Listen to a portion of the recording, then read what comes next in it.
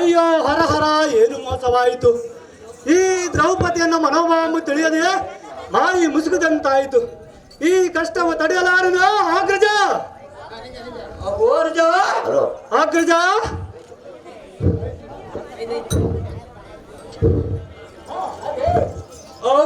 ಅನಿಜಾತಿಕ ಮನೆಯೇ ಅಗ್ರಜ, ಈ ದ್ರೌಪದಿ ಎಂಬ ಪಾಪತ್ಮಳ ನಮ್ಮ ಅರಮನೆಯಲ್ಲಿ ದಾಸರ ಕೆಲಸಕ್ಕೆ ನೇಮಿಸುವಂತನಾಗು ತಮ್ಮ. ಇದೇ ನಿನಗೆ ಜನ ನಿನ್ನಷ್ಟದಿಂದ ಆಗಲಿ ಅಗ್ರಜ.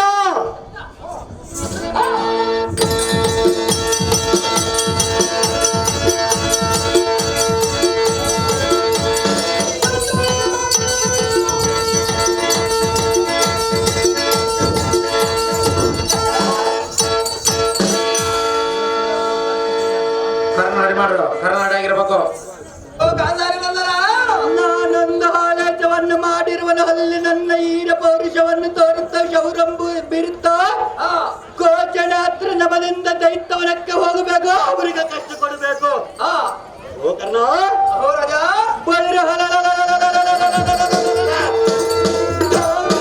ದೈತ್ಯವನಕ್ಕೆ ಹೋಗೋಣ. ನಡಿ ಕರ್ಣ, ತಳಮಾಳ ದೀಕ್ಷಣ.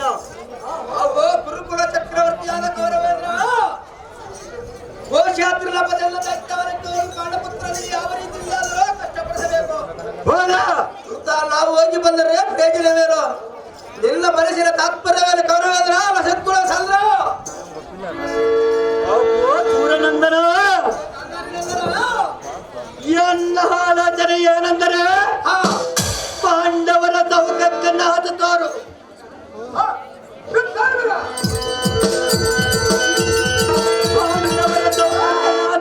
ಪ್ರಕಾರ ದೈತ್ಯವನಕ್ಕೆ ಹೋಗಿ ಪಾಂಡವರನ್ನು ಕಡಿಮೆಡುಕುವಂತೆ ಮಾಡಿ ಛತ್ರ ಸೈನವನ ಪಕ್ಕ ತಾಳ ಡುಳಿ ತರಲತ್ತುಗಳ ಮರಿದು ಪುಷ್ಪಗಳ ಮರಿದು ದೇವರ ಕಡಿಯೇ ಮಾನವ ಬಂಗೈತೆ.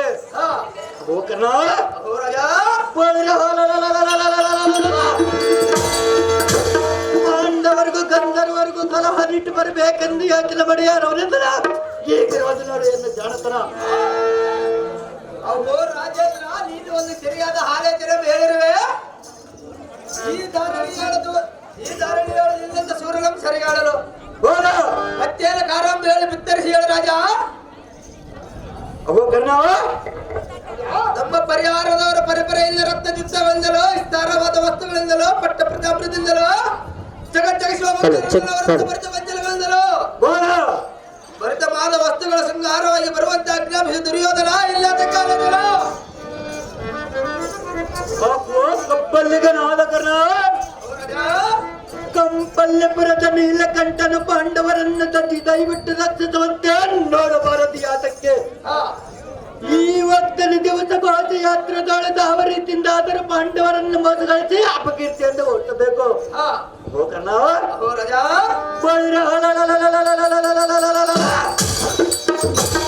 ಜಾಗ್ರತೆಯಿಂದ ಸೈನ್ಯನಾಗಿ ಆಗ್ರಹ ಮಾಡಬೇಕಲ್ಲ.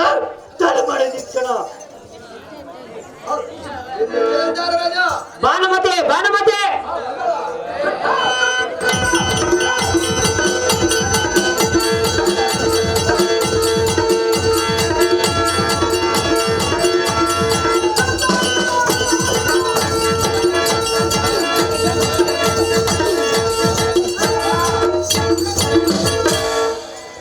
ಪ್ರಾಣಕಾಂತೆ,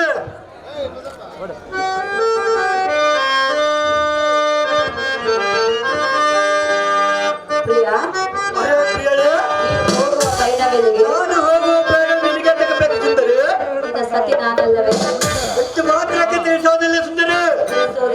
ಹೌದು ಸುಂದರಿ. ಯಾತಕ್ಕೆ?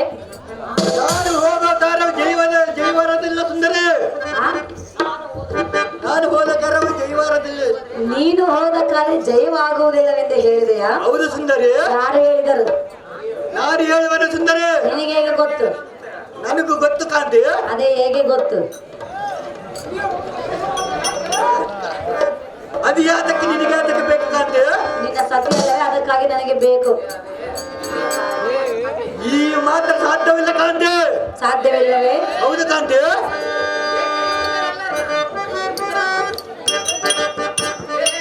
ಕಾಂತ, ಕಾಂತಿ, ಪ್ರಿಯ ಪ್ರಿಯ